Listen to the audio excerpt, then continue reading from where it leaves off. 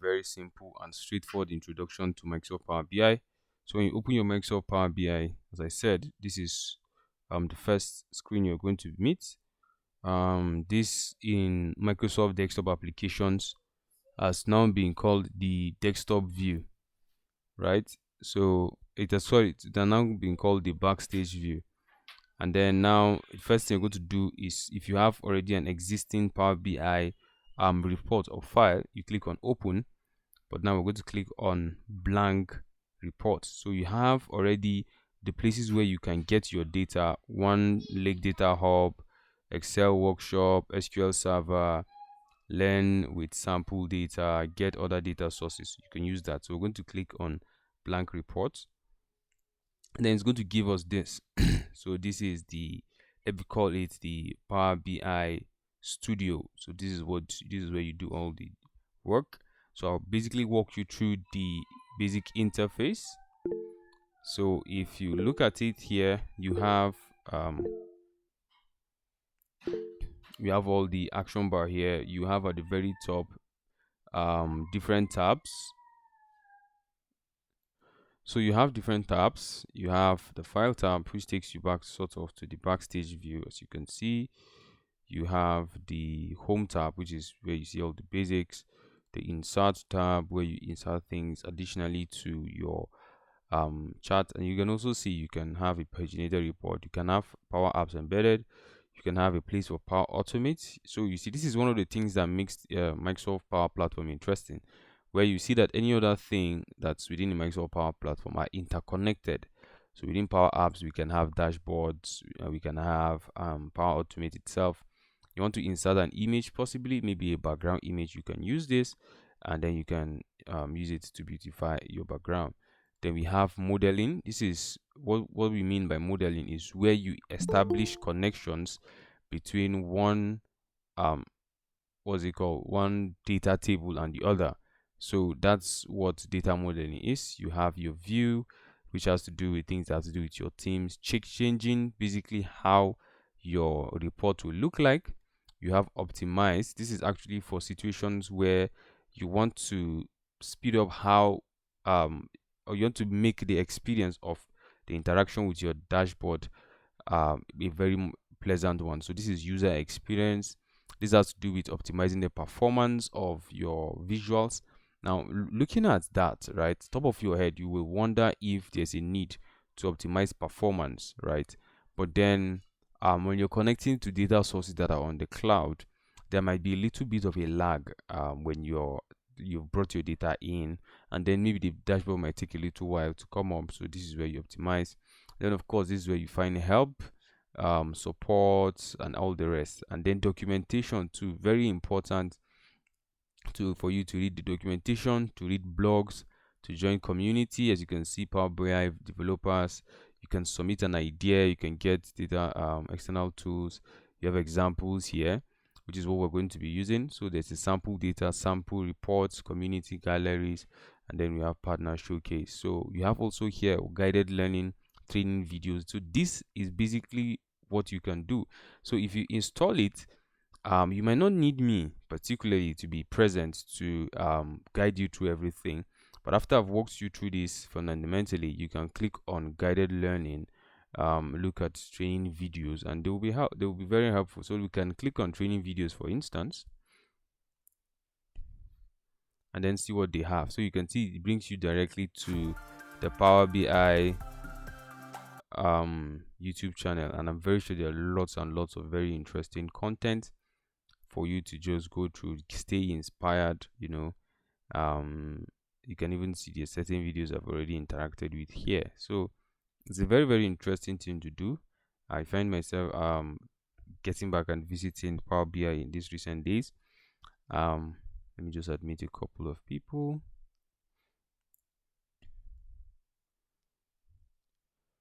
So let's get back to Microsoft Power BI. So as you can see, so we're now going to go back to home. So here on this side as well, these are tabs that change certain views. These are all the views that you have. So you have the report view, which is where you create your report. You have the table view, which is where you see all your tables. we have the model view. This model view, as you can see, giving us a little bit of an illustration. This is where you establish the connections between your table, and then you have a place where you write your DAX. So DAX is what we call data analysis expression. So you just run it. It's like a little programming language you run to query data on your on your Power BI report. And then we have a little bit of view here. We can toggle between mobile view and desktop view. So there are certain times where the people who consume your report are going to be using their mobile version. So you can switch to this so that your data so that your dashboard will be much more compelling, right? But if you're going to be presenting on bigger screens, this is likely the layout for you to use. You can create multiple pages because you have one dashboard.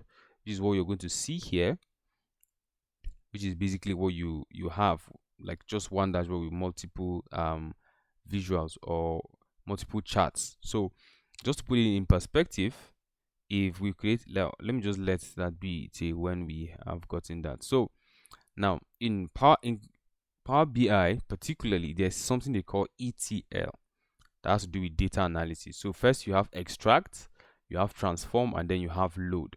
So first you're going to extract your data, you're going to do certain transformation on your data, and then you're going to load the data. So loading it is bringing it into Power BI. So first and foremost, you have to ask yourself, where is the data and how can I get it, right? So for many instances, your data is going to be in Excel as it usually is. So you're going to have to visit your data, look at the nature of your data, look at the setup for your data, look at it. Sometimes you do data cleaning on Excel itself, which is most preferable.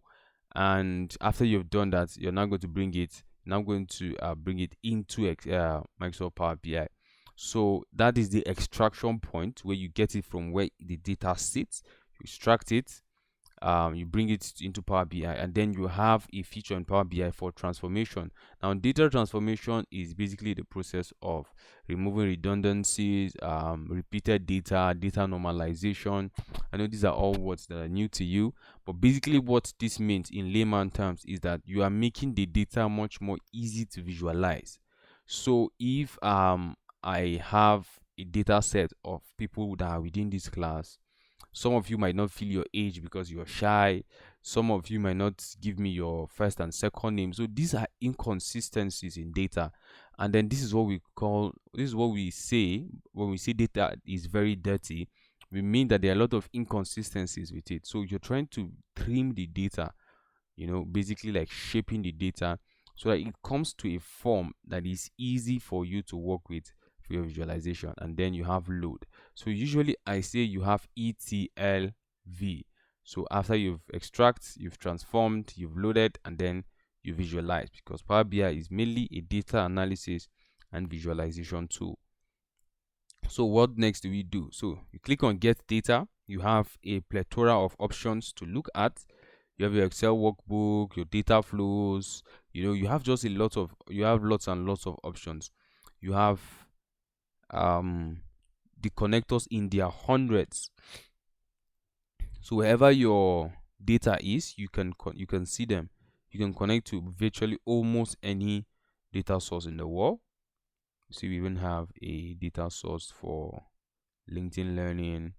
I was hoping there was something that would be like for WhatsApp. If why not search, right? Let's see. You can be like, okay,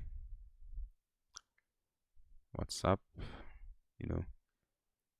So there's no connector for WhatsApp, which means you can get your data from WhatsApp. But then you can look at Excel workbook.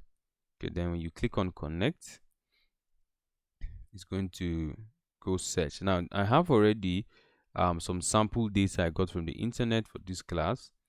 So let's look at human resource sample, and then click on open. It's going to open in my desktop. You're going to see it's taking a little while. Please wait while it loads. So it's going to establish a connection, get me a copy.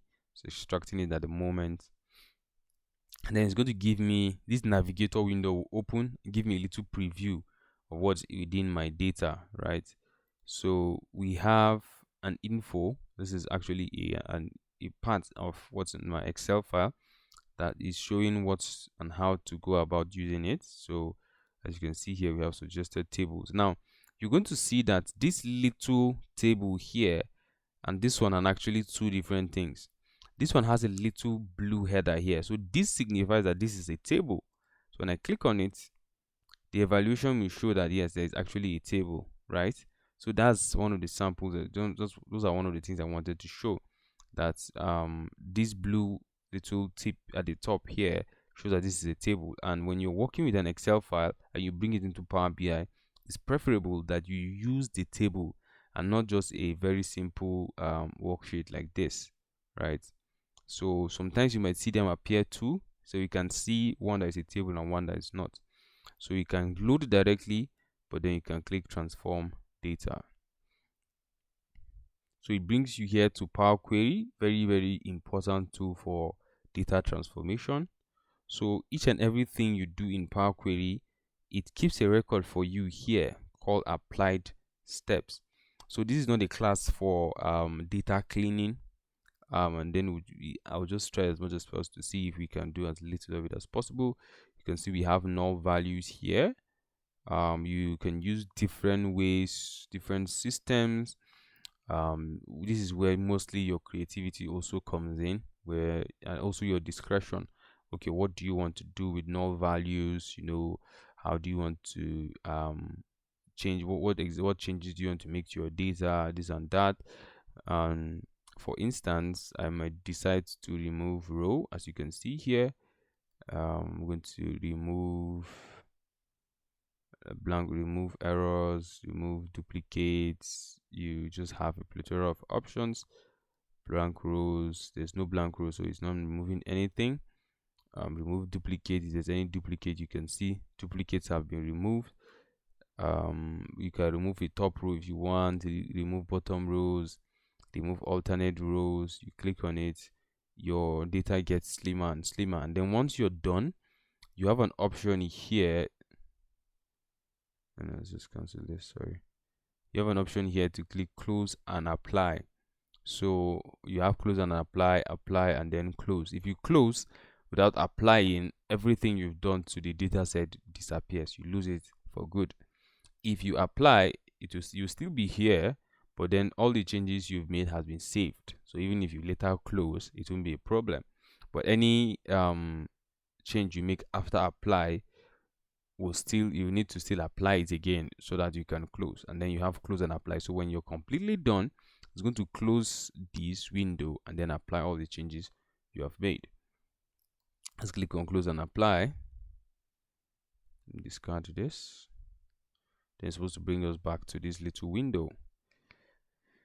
And then on the right hand side, you're going to see that you have a visualization pane. This is where you have all your visuals, all your charts, and then you also have your data pane.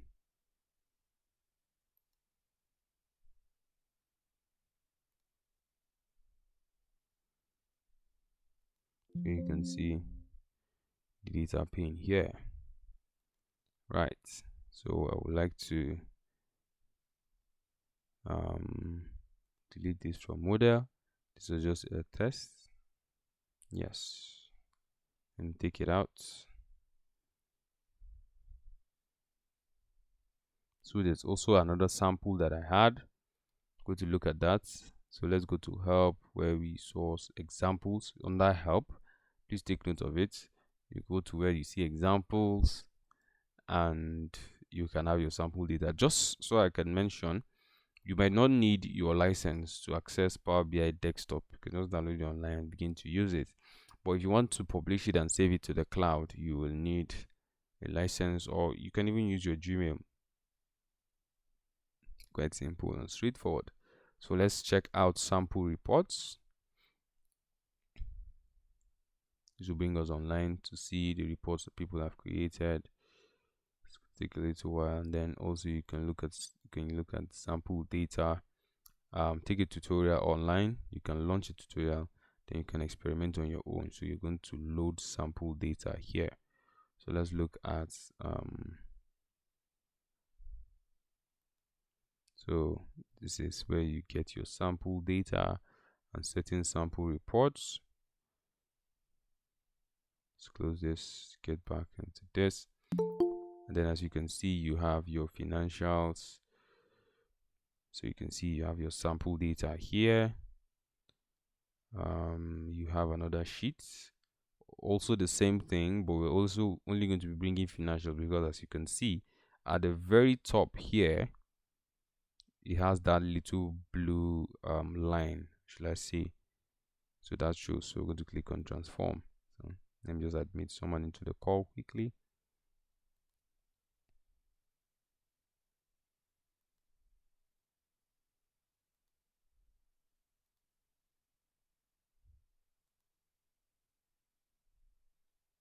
Okay, it's good.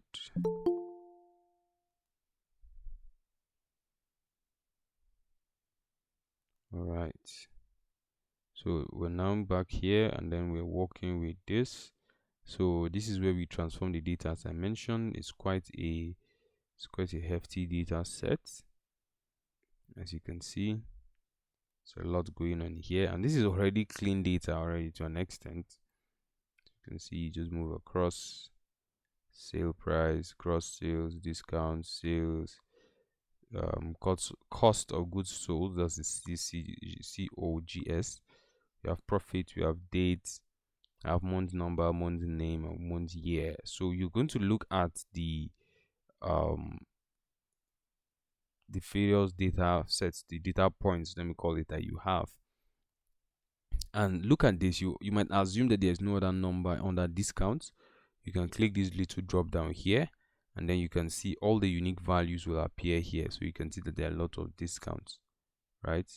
All the unique values will appear here. So if I click on this and I uncheck 0 and click OK, you can see that all the values that have to do with 0 are removed. So it's not just that the columns here are removed, but the entire record is removed, right?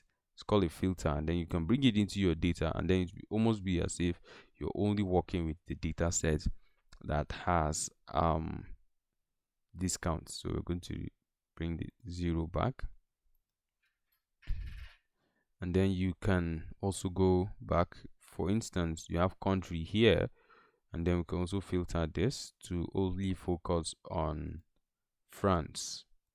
So I want to analyze the data for France alone. So you can see that that has applied a filter. So when I'm doing this, the report will only show France. Then we can move across the manufacturing price. For this, you can click this, and then you're looking closely at the properties that have to do with this column. Click on transform, which is where you're going to see a lot of things that have to do with transforming the rows, the columns. You have transpose, reverse rows, count rows, you have fill, you have on pivot column, converts to list, format, extract, and the rest. You can add columns if you want to. You can add a view. So usually you can have what we call a calculated column. You can have a view to look at certain things. You can look at tools, all on this. And then it's safe to say that this data is clean enough. We can get back to this. Do we still have filters? No, we don't. So we can now click on close and apply. So wait for it to come in.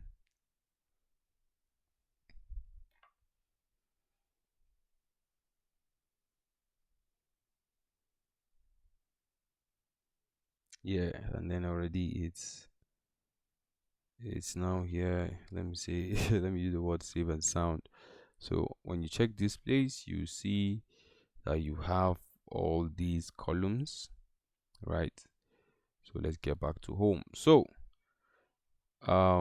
what do you think we should look at, right? So this is where you now begin to build your visual. So you have different charts, right? You have a stacked bar chart, you have a stacked column chart, you have your pie charts, and the rest. Usually when I teach anything related to data analysis, there's something I call the Fantastic Four. right? Which is basically your column charts, your bar chart, your pie chart, and your line chart. Now, these are the most convenient of charts to use to communicate your message the best, right? Some of these charts that you see here are industry specific. What that means is that it's easy for people that are into science likely to understand what is called a scatter plot. And then you have to understand also that the scope for these charts I mentioned are usually for instance, you are using pie chart for categorical data. You're using line charts for continuous data, that is data that has to do with a date. You're using a column chart for a combination of categorical data and numeric data usually. So if you want to see which product sells the most, for instance, it will be a very good idea to use a column chart or a bar chart. So let's get back. So I want to look at sales and how it has fared in the last maybe 1 or 2 years. So I'm going to pick a stacked column chart. um Let me get a clustered column chart. Which one should I use? 100% stacked column chart, stacked bar chart, clustered column charts, stacked column charts. There's also this one I like so much, tree map. So let's use this. Click it once, and then I make a little bit of an adjustment. For beginners, you can just basically click on sales. It automatically adds it to the chart, and then you can click on dates as well. So let's see. So you can see that it's showing you sales based on the date. So I can cancel some of the things you can see here. So I can take out the day, and you see it slims down, right? I can also take out the quarter. I can take out the month so that I can focus on quarter if I want to. I can take out the year if I want to, but I want to look at it per year. So if I click this, I take this out as well. Once I take out month, I should be left with 2 years basically. So I'm trying to reflect to see which year I made sales the most. So you'll be able to see that there's a jump in my sales from making a little over 20 million to making over 80 million. So you see that there's a lot of growth, right? Basically, this is how this has been reflected. So you can have quick new measure, new items, show all labels. You can look at dates itself, specifics, back. Just look at date hierarchy, and then this brings all of this back. So we can reduce this size just for the sake of this. Then you want to add another chart. Make sure you click away. Make sure your chart is no longer highlighted, and then we can bring in pie chart, for instance. Stick it to the top. Then for pie charts, you're going to likely use for categorical data. So you can have products, which is going to be much more robust. So we're going to stick to segments. So segments, we have different segments. You have channel partners, enterprise, government, mid market, small markets, and then we have to also drag segment into values as well.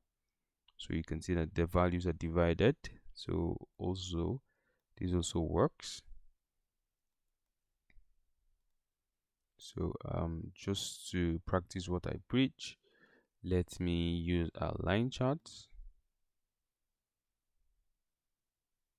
So it's really about the story you want to tell with data. I'm going to add a date for the line chart, and then I'm going to add a product. No, I'm going to add sales. So you see it's a pretty simple and straightforward to take out the year. then it begins to look a bit rough. I'm going to take out the quarter, and then it shows you that the most sales we make in October. So if I hover over this, you can see October. So the highest sales we've made is in October. So also notice that, and also take note that this is a cumulative of the 2 years put together, right? So it's taking shape. And let's even take out the months and see. Going to just 1 day. So it's probably it shows that our data point does not have particular days of the week. So this is how you work with line charts. You can work also with bar charts as well. You can add a bar charts. And then yeah, I forgot. So while we're still on this, if I click on the chart itself, it changes automatically, right? Simply because I'm still highlighting the chart. So if I don't click away and I click any other chart, it transforms to show that chart particularly. So let's see.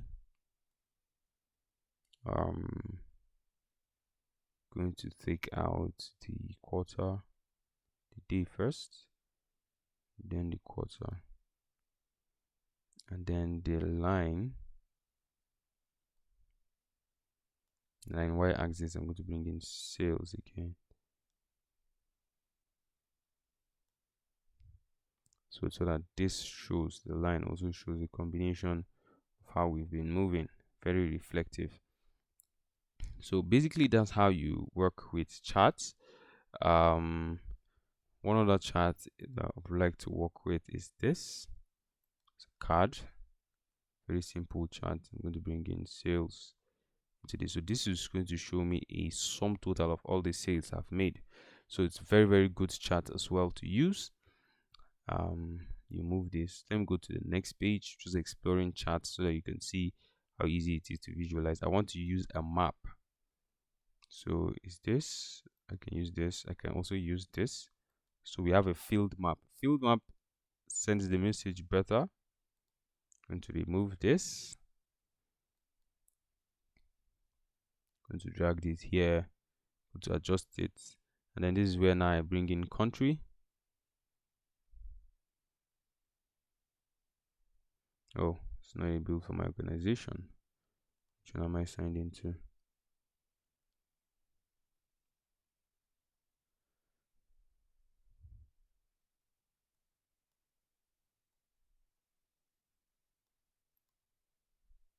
Let's have the map vision.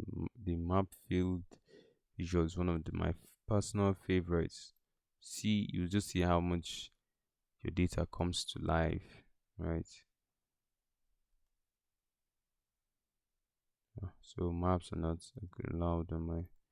Didn't even check that out, but then I'll have the results. It probably works on yours. I have to check out admin and then see. So this is it so far. So you've been able to, this is the very basics you will introduce to in any Power BI class you are being taught. This is going to be a simple walkthrough to how to get started with Power BI, how to set up. Just for those who are coming in late, just a little setup is to go to Power BI to download, or go to your Windows Store, then you click download, then this is it. Just download Microsoft Power BI official. This is how to set it up. Then you just download it, get the size that works for you. So basically that's Power BI in a nutshell. Not much to it, but then it looks very simple, but man, there are a lot of layers to deal with this depending on the depth you want to get to. So